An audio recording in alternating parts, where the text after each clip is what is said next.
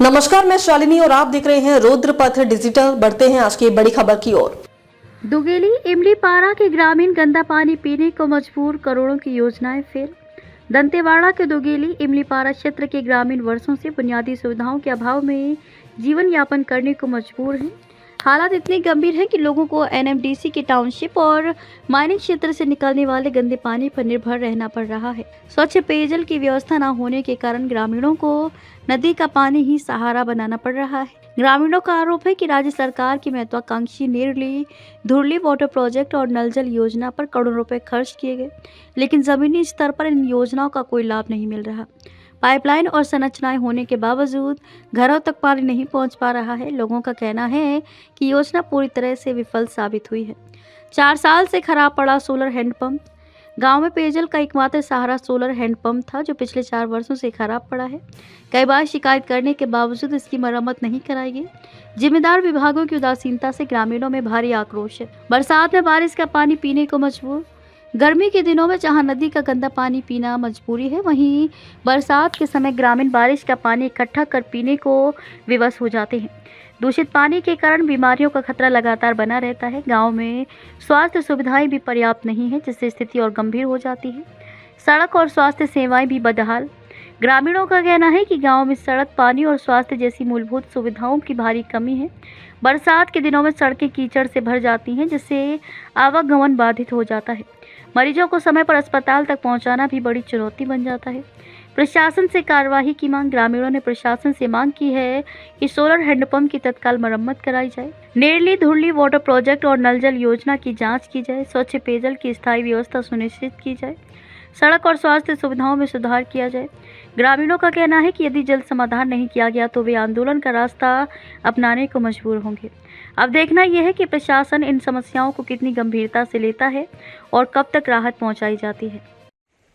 हमने कल दुगेली इमलीपारा के ग्रामीण जिस पानी को पीते हैं उसकी खबर लगाई थी और ग्रामीण ने दावे के साथ बताया था कि हम लोग एनएमडीसी के माइनिंग एरिया और आपके जो टाउनशिप है उनसे निकलने वाली जो पानी होती है वो हमारी प्यास बुझाती है। ये उन ग्रामीणों का कहना था इमलीपारा के, और हमने वहाँ जाके वहाँ के कवरेज किए थे, उन खबरों को पूरी प्रकाशित भी किए और देखे कि हाँ ग्रामीण का क्या बात सच्चाई है। अब ग्रामीण तो बता दिया, तो हमारा दूसरा काम ही रहता है कि क्या एनएमडीसी के जो माइनिंग एरिया से निकलने वाला पानी है वो एनएमडीसी सेव रख रहा है या ग्रामीण क्षेत्रों में जाने के लिए छोड़ दिया है। तो हमने जब इस खबर की गहराई तक जाने की कोशिश की तो हमें ये मिला कि एनएमडीसी से जो निकलने वाला माइनिंग एरिया या टाउनशिप से जितनी भी पानियाँ निकलती है वो पानी ये जो छोटी नालियाँ, मैंने खबरों में ये भी बताया कि छोटी नदी नालों होकर निकलती है, तो ये जो है एनएमडीसी एरिया है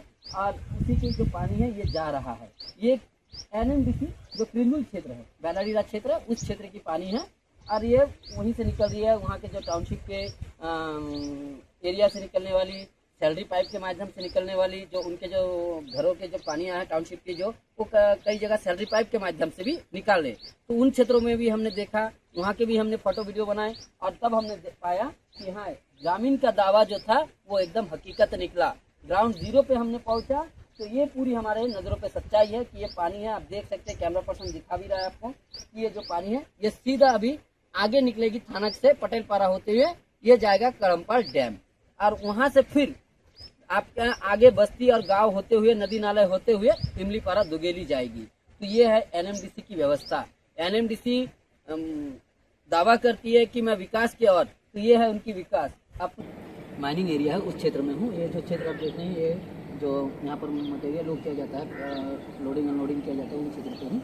और ये क्षेत्र में खड़े होकर मैंने आप दुगेली जो इमलीपारा है, दुगेली इमलीपारा की एक खबर जो प्रकाशित थी जिसमें बताया जा रहा था ग्रामीण के द्वारा कि हम लोग एनएमडीसी टाउनशिप और माइनिंग एरिया से जो गंदा पानी निकलता है उस पानी को पीते हैं, जो टेलिंग डैम से होते हुए दुगेली पहुंचती है। तो ठीक उसी खबर को एक प्रकाशित करने के लिए हमने जब उसकी पूरी ग्राउंड जीरो रिपोर्ट की और निकले थे तो हमें एक और चीज़ दिखा है। ये है एनएमडीसी टाउनशिप की जो शौचालय वाली पानी है वो निकल कर उस पाइप के माध्यम से आगे जो टैनिंग डैम है वहाँ तक पहुँचाया जा रहा है। ये जो देख रहे हैं ये फूटा हुआ है पाइप है, ये लगभग मेरे हिसाब से साल 1.5 साल पहले फूटा हुआ है और इसको टीने के सहारे से इस पाइप में पानी को भेजा जा रहा है, जिसका आधा पानी इस क्षेत्र से गिरते हुए आगे और जो नाला है उन क्षेत्रों में, कैमरामैन थोड़ा दिखाएंगे उधर, ये जो नाला है इस नाला से हुए जाते हैं, ये देख सकते हैं पानी की जो बहाव है वो भी दिख रहा होगा। ये पूरा गंदा पानी आगे होते हुए वो उधर निकल रही है। तो ये जो पानी जो शौचालय से निकलने वाली जो गंदा पानी है उसको दुगेली इमली पारा के ग्रामीण पी रहे हैं और जहां उनकी स्वास्थ्य खराब हो रही है।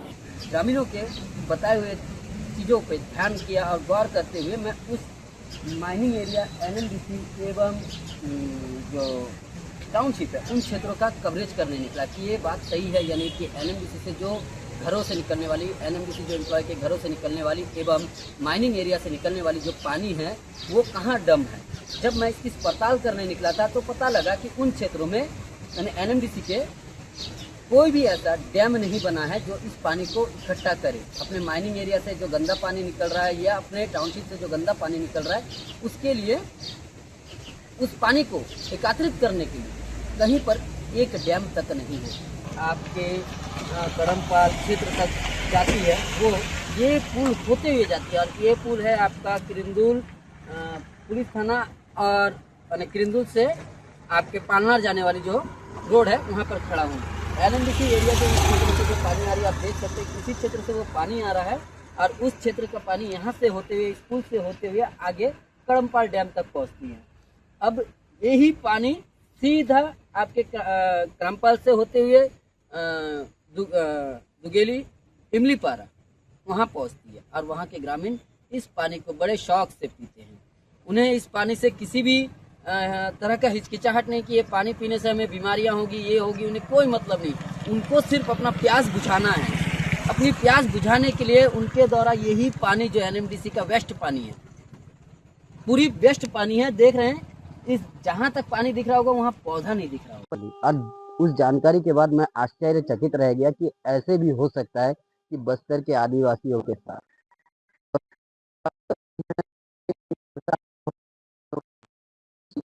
पहुंचाने की कोशिश करता है।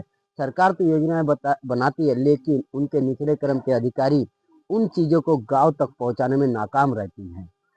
जी मैं आपको अब पूरी जानकारी दूंगा। नमस्कार, मैं कृष्णा मंडल आपको बता देता हूं कि ये जो है मैं इमली पारा में भी मौजूद हूं और ये जो महिलाएं आ रहे हैं ये पानी लेने जा रहे हैं। अब ये पानी लेने कहाँ जा रहे हैं, कौन सा पानी पियेंगे, कैसे करके निकालेंगे वहां से पानी, इन सब चीजों के विषय में मैं आपको आगे जानकारी देता रहूंगा। उससे पहले मैं बता दूं कि इमली पारा जो है यहाँ पर लगभग 30 से 35 घरें हैं और उन्हीं क्षेत्रों में और एलएमडीसी द्वारा जो आश्रित गांव है उन्हीं क्षेत्रों में मैं अब खड़ा हूँ।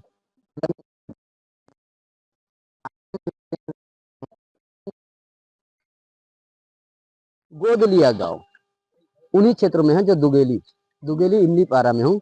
यहाँ के ग्रामीणों को आज भी मूलभूत सुविधाओं से वंचित रखा गया है। जहाँ एक तरफ शासन प्रशासन, राज्य सरकार, केंद्र सरकार बताते हैं कि हमारे द्वारा हर एक योजना गांव तक पहुंचाया जाता है, एनएमडीसी दावा करते हैं कि मेरे द्वारा विकास की राह पूरे खोल दिए गए हैं। एनएमडीसी से हर गांव में, हर एक पारा में हर एक मूलभूत सुविधा पहुंचाई जा रही है। एक तरफ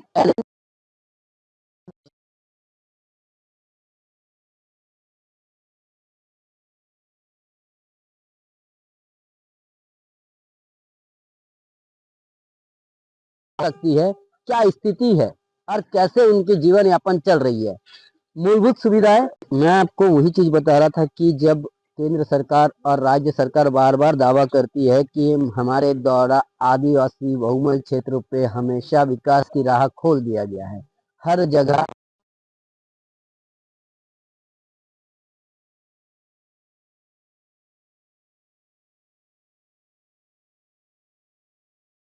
कई गांव में बहुत सी मूलभूत सुविधाएं नहीं पहुंची है।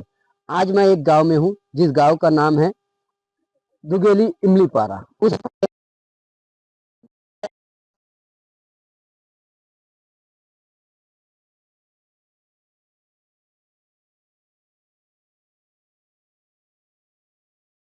के द्वारा दिया गया मूलभूत सुविधा में मैं आपको बता दूं, ना सड़क है, न पानी। सबसे बड़ी बात है कि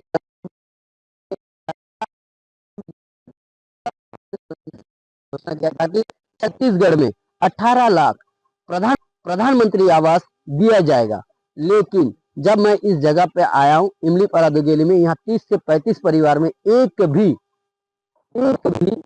आवास नहीं दिखा मुझे। पूरे कच्ची मकान जहाँ खपड़े और सीट डले हुए घर हैं, 2 रूम के घर, उनमें इनके द्वारा निवास किया जा रहा है। अब सड़क तक नहीं है। मैंने जब इन गांव में आया तो इनके लिए सड़क नहीं, हम पगडंडी रास्ते से होकर आए हैं और देखे कि इनके लिए मुख्य सड़क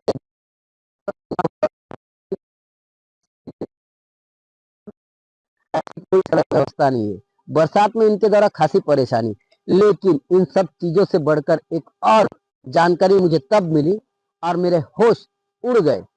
कैसे? जब ग्रामीण के घर में हमने सगाई कार्यक्रम पे आए थे तो वहां पर मुझे पीने के लिए पानी दिया गया था। जो पानी जब मैं पी रहा था तब मैं पूछा ये पानी कहाँ का है, ये तो बोर का लग नहीं रहा। तो उनके द्वारा बताया गया कि सर नदी का पानी। और ये जो नदी मेरे पीछे आप देख रहे हैं वो वही नदी है, ये वो नदी है जो